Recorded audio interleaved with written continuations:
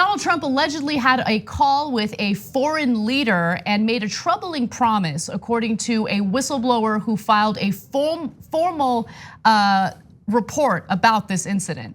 Now, this story has led to, of course, fierce disagreement between the left and the right, but we don't know what the nature of the call is. We don't know who the foreign leader is. What we do know is that this whistleblower, who is part of the intelligence community, found it troubling enough to report it, and then the director of national intelligence didn't do his job by letting congressional lawmakers know about it so they can launch an investigation.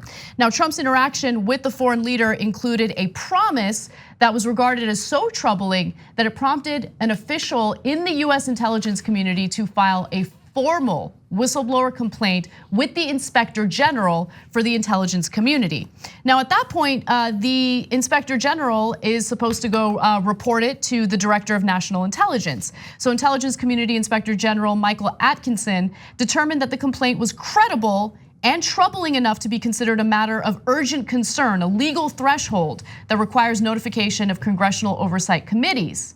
Now, at that point, Joseph Maguire is told about this issue, and he's the director of national intelligence, but he did not report this to congressional lawmakers. After fielding the complaint on August 12th, Atkinson submitted it to acting director of national intelligence, Joseph Maguire. 2 weeks later, by law, Maguire is required to transmit such complaints to Congress within 7 days. But in this case, he refrained from doing so after turning for legal guidance to officials at the Justice Department. Inspector General Atkinson told the House and Senate Intelligence Committees of the existence of the whistleblower complaint without revealing its substance in early September.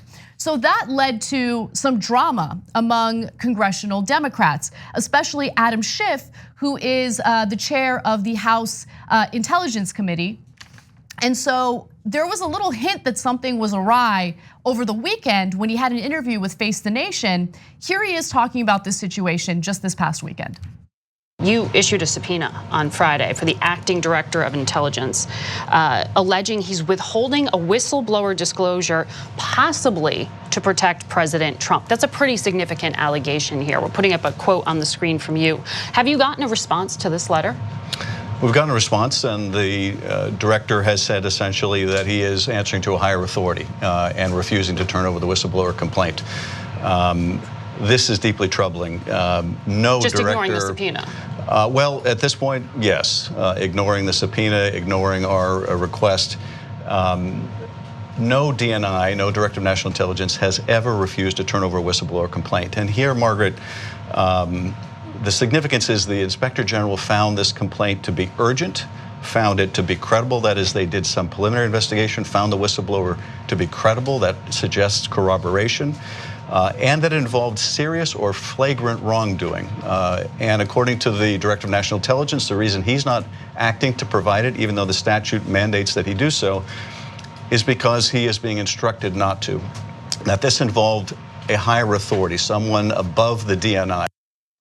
All right, so we're gonna get into the legal ramifications of this, et cetera, but breaking right now, just in as we're doing the show live, CNN has a report that the president did this on multiple occasions. So let me give you the quote from Manu Raju, who is reporting for CNN.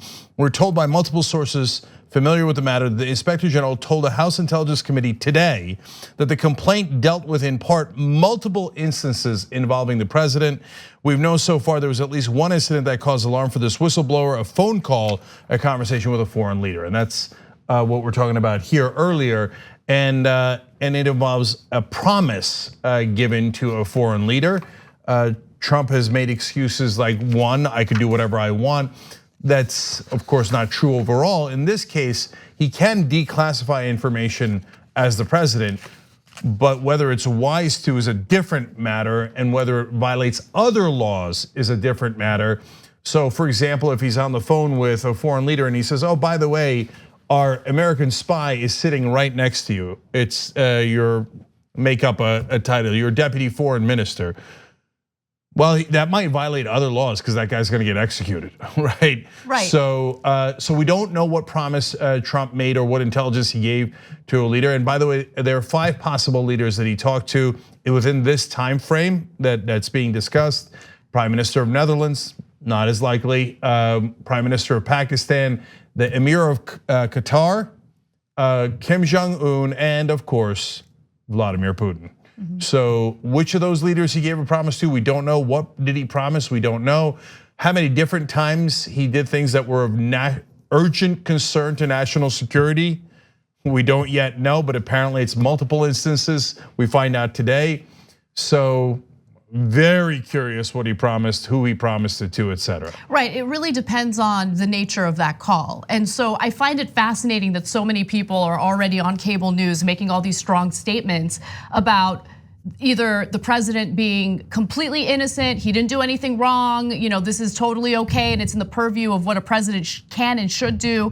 And then on the left, you have concern because the executive branch and specifically Trump administration officials and maybe even Trump himself are encouraging individuals to do their bidding for Trump, right? Either don't respond to subpoenas, don't cooperate with investigations. In this case, you have the director of national intelligence not reporting the content of this formal whistleblower complaint. And remember, Dan Coats stepped down, and then Donald Trump chose someone who he felt more compatible with. And so there's some concern that the director of national intelligence isn't doing his job and he's just protecting Donald Trump. And by the way, the DNI general counsel released a statement arguing, quote, "The activity at the root of the complaint involves confidential and potentially privileged communications." So this is the defense that they're kind of coming up with at the moment. No, this is sensitive information. Congressional lawmakers who should be investigating this don't need to know anything about it. Yeah, and so there's what Trump has done that's problematic, and perhaps the most problematic, depending on what exactly he promised and how urgent it was and how much it jeopardizes our security. And by the way, he's done this on multiple occasions, but this appears to be more severe than the rest, and that's why it's causing such alarm.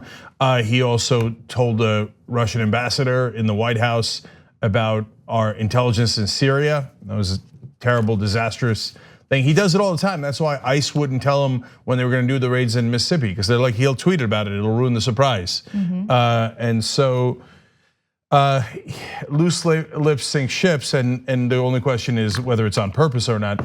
But then there's a second part, which is the director of national intelligence, or the acting director. Well, that one is not optional. There's laws that say you have to report it to Congress within 7 days, and you have to tell them what happened. You don't just get to say, yeah, I don't want to follow the laws. Well, you can say that, but then you should go to prison.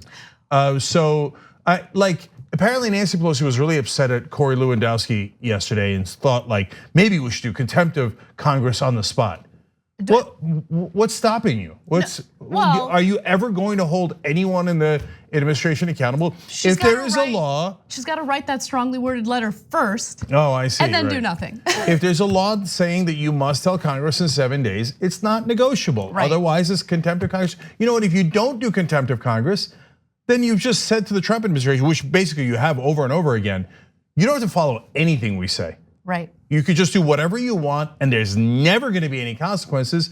Congratulations, you're above the law. Well, the director of national intelligence, McGuire, likely will face consequences, which is why I find it so fascinating / incredible that after all these different examples of people who have faced criminal charges and have been given prison sentences as a result of the criminal activity that they've conducted for Donald Trump, there are still people who are willing to protect Donald Trump. Yeah, well, fame and power, it's a hell of a thing and hell of a drug. So let me go to Donald Trump's tweets, graphics 10 and 11. So here's his excuse for why he apparently gave away top secret information to a foreign leader and made a promise to him. So we'll find out the contours of it again, or maybe we won't, but we should find out the contours of it eventually. Trump said, another fake news story out there. It never ends. Virtually anytime I speak on the phone to a foreign leader, I understand there may be many people listening from various US agencies, not to mention those from the other country itself. No problem. In other words, it's a problem, but I'll get back to that. Knowing all of this, is anyone dumb enough to believe that I would say something inappropriate with a foreign leader while on such a potentially, quote, heavily populated call. I would only do what is right anyway and only do good for the USA. Okay. Well, there's several examples of him not doing right, obviously. So break that down real quick. Number one, he's saying like, if I wanted to work with a foreign leader, I would do it when there's no one else around. Well, has there ever been a time like that? Yes, when Donald Trump kicked out the American translators when he was meeting with Vladimir Putin and only had the Russian translator because he did not want any other American to hear what he was gonna say to Putin. So now he's saying like, now when I communicate with Putin and give him promises, I usually make sure I kick out all my American aides and translators and everyone else in the room. That's when I do my secret deals. I'm not stupid enough to say it on a phone call populated with others. No, wrong. You are stupid enough. There isn't anything that you could tell me where I would think that, yeah, oh wow, that's too stupid for Donald Trump. Is it possible he forgot there are other people that could be listening to the call, right? Because when the president's talking to certain foreign leaders, people are listening, but they're not part of the call. They're not like, oh, okay, hey, is Bob here? Sally, okay, we can get started, right? Right. No, could Trump have forgotten? Be like, oh, what do you need, Vlad? Of course, that's possible. Also, I mean, look, Trump has been, the message that Trump is above the law has been sent over and over and over again. He has faced no consequences for anything, right? Yeah. Including the clear obstruction of justice that was outlined in the Mueller report. So why would he care? I mean, I know that it's less likely that this is what happened, but it's possible that he just is brazen in his behavior because he knows he's not gonna have to face any consequences. Remember, he doesn't think one step ahead. He's so, like, people, the number one thing they underestimate is how unintelligent he is. So could I see him on a call with Putin, forgetting that national intelligence is also listening, going, Vlad, what do you need? Yes, of course, I'll withdraw from Syria, whatever it is. I don't know what it is, right? Yeah, I could definitely see that. But lastly, these two tweets, if they were a book and had a title, it would be, if I did give away national secrets, this is how I did it. Right.